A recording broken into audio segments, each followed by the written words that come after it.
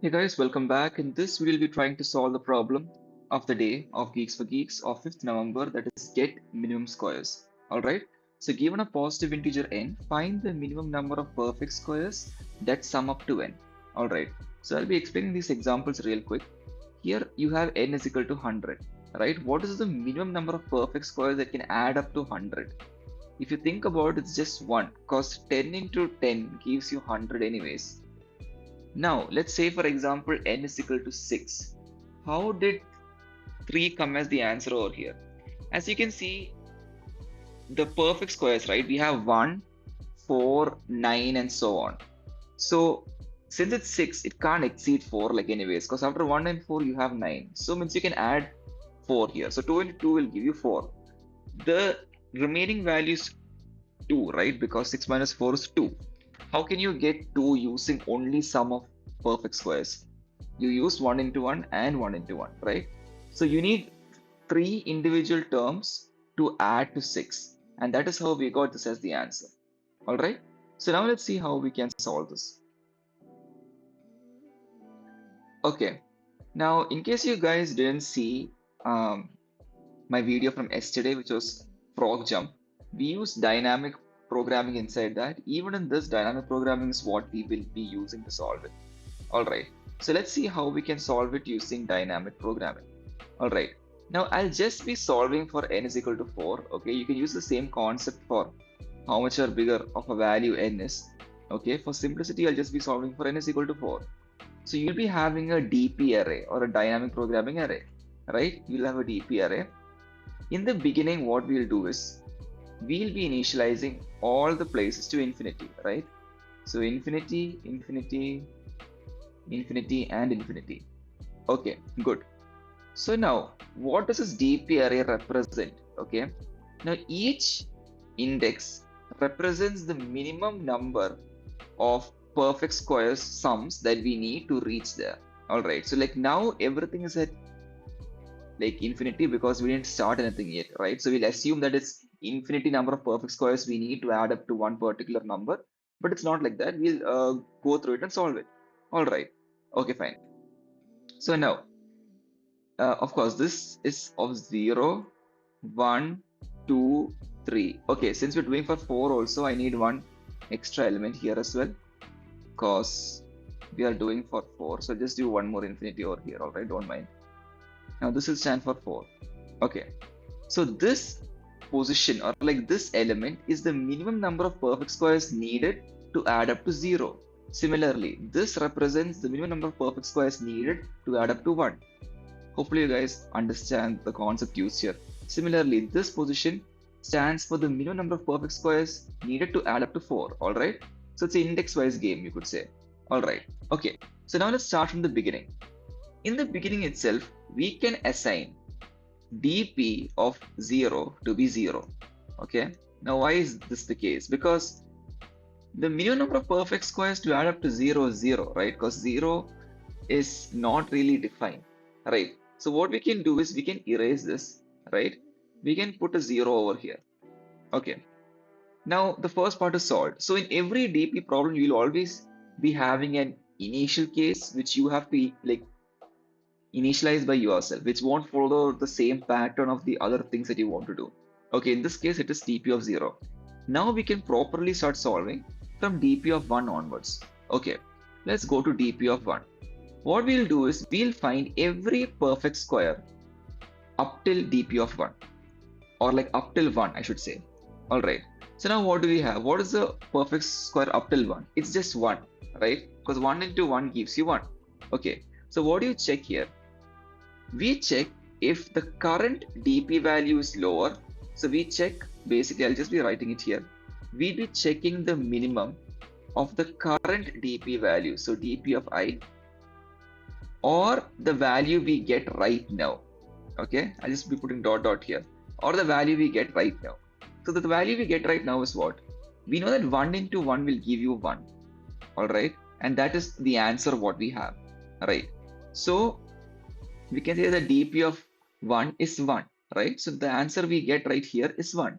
So what is the lowest among these two? The current value of DP of I is infinity. The answer we got is 1. Of course, 1 is lower. So we'll update the value of infinity to be 1. Alright? Hopefully you guys understand. So I'll replace this to 1. Why? Because we need only one perfect square to add up to 1. Because 1 into 1 is 1. Right? As simple as that. Alright. So now let's erase this part as well. Okay. Now let's move forward. Let's move to 2. Okay. For the element 2.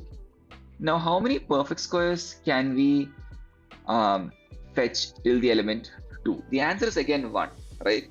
Because 1 into 1 is 1. Then if you check for 2 into 2, 2 into 2 is 4. And that exceeds the value we have right here. Right. Okay. So 1 into 1 is 1.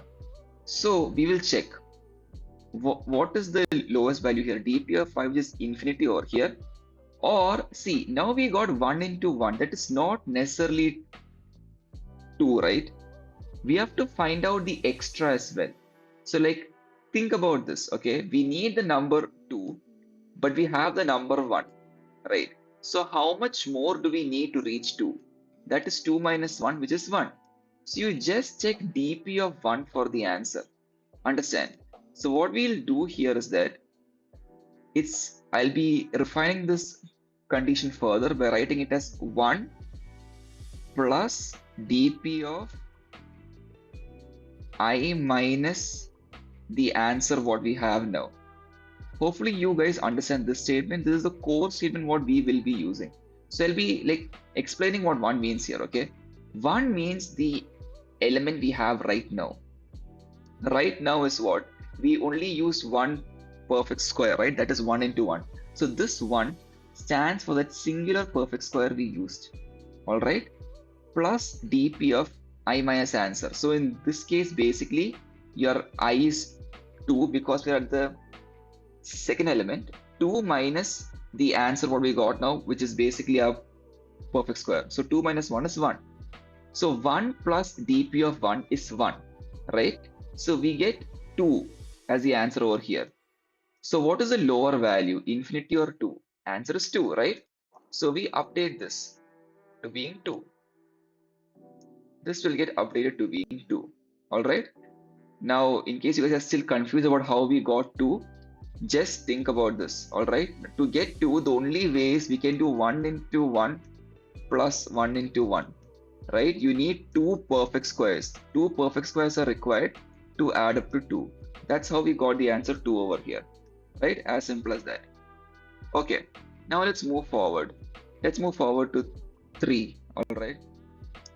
Now to answer 3, we do the exact same number of steps. Okay. dp of 5. Right now it is what? It is infinity. So just be writing infinity over here. Apart from that, 1 plus dp of I minus answer. Again, since 3 is the number we are at now, what is the maximum number of perfect squares we can go to? It's just 1, right? Because 1 into 1 is 1, then 2 into 2 is 4, that exceeds it. So we can just use 1. So this 1 stands for the 1 perfect square we found right now. That is 1, right? 1 into 1. What is the remaining we have? The remaining we have is 3 minus 1 is equal to 2. We have to find out the minimum number of perfect squares to reach up to 2 apart from that. So dp of 2 is what we will need here, right? dp of 2 is what we'll need here. And we already found dp of 2. dp of 2 is 2, right? So total answer becomes 1 plus 2 is equal to 3. 3 perfect squares are required over here to add up to 3. Hopefully you guys understood the concept. All right. So right here, let me just erase some of this off. Sorry. Okay. So over here, the value of 3 will also become 3 because you need 3 perfect squares which can add up to 3. In case you guys are confused, again, as I'm saying, 1 into 1 plus 1 into 1, right? Plus 1 into 1. This is the only way in which you can get 3. So yeah, let me erase this. Okay, now let's move on to 4. Okay, now here is where you can see like where the change happens over here, right? We'll move on to 4. All right. Okay. Now what do we have right now? Right now dp of I is infinity, right? It's infinity right now. Now the first perfect square we come across is 1. We'll check if 1 is lower than 4. It is. We'll apply the same principle again. So we'll have 1 plus dp of 4 minus 1, which is what? dp of 3, right? And we know its value already. dp of 3 is 3. So you can just put the value over here. Your answer will come out to be 4, right? So if you use 1 as your perfect square in the beginning, you will totally need sum of 4 perfect squares to add up to 4. Okay, so what we'll do now, right now 4 is lower than infinity. So we'll directly update the value of infinity to 4. Okay, but wait, this is not our final answer. Now we go to the next perfect square we find, which is 2 into 2 is equal to 4. That is lower than or equal to 4, so we can use it. Okay, 2 into 2 is equal to 4. Now, what is the current value of dp we have? The current value of dp we have is 4. So I'll put 4 here.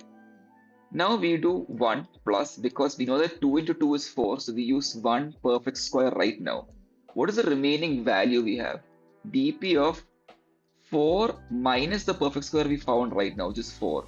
So dp of 4 minus 4 is 0, right? So 1 plus 0. The answer is 1. So what is the minimum value between 4 and 1? It is 1 itself. So we can just change this to 1, right? Because to get the number 4, we just need one perfect square, that is 2, because 2 into 2 gives you 4, right? So that's basically how you solve this using dynamic programming. You can, of course, extend this to any number of numbers or like elements as you want. But for now, I just showed you till 4. The same concept will be applied to any number of elements, or no matter how big the value of n is. All right. Now let's see how we can code this out. Okay, so let's try and code this out. First of all, we have to initialize our dp array. We have to put everything to infinity first. So the way you do that in Python is you use float inf, right? Into n plus 1, because you're starting from 0, we need one extra element. Initialize the base case, dp of 0 will be equal to 0, right? Now for I in range 1 till n plus 1 again, right? Now we'll do j is equal to 1. Now this j will be the one to calculate a perfect square. So when j is 1, we get 1 into 1, that is 1. When j becomes 2, we get 2 into 2, that's equal to 4, right? So on. So what should we check? While j into j is less than or equal to the number that we have right now, right? Only then should we make the changes. Now I'll just put square is equal to j into j, so it makes things easier. Now dp of I will be equal to the minimum value of dp of I, or what? 1 plus, now this 1, as I said, it stands for the perfect square we have right now, or that we're using right now. 1 plus the remaining number of perfect squares we will be needing. So dp of I minus square, right? Then I can just increment the value of j, okay? And at the end, I can just be returning the value. Let me just check the indentation. I can just return the value of dp of 0. I think the indentation, dp of 1, n, because that's what they asked for. I think the indentation has some slight issue in this, because even when I solved the question, I had the issue. Let's try. Okay, let's try now. Let's submit. Okay, minimum of dp of I list index out of range.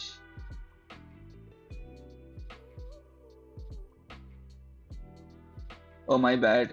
This should come here, because we're creating an empty list for each of them. Let's try it now and check. Okay, it works now. Let's submit.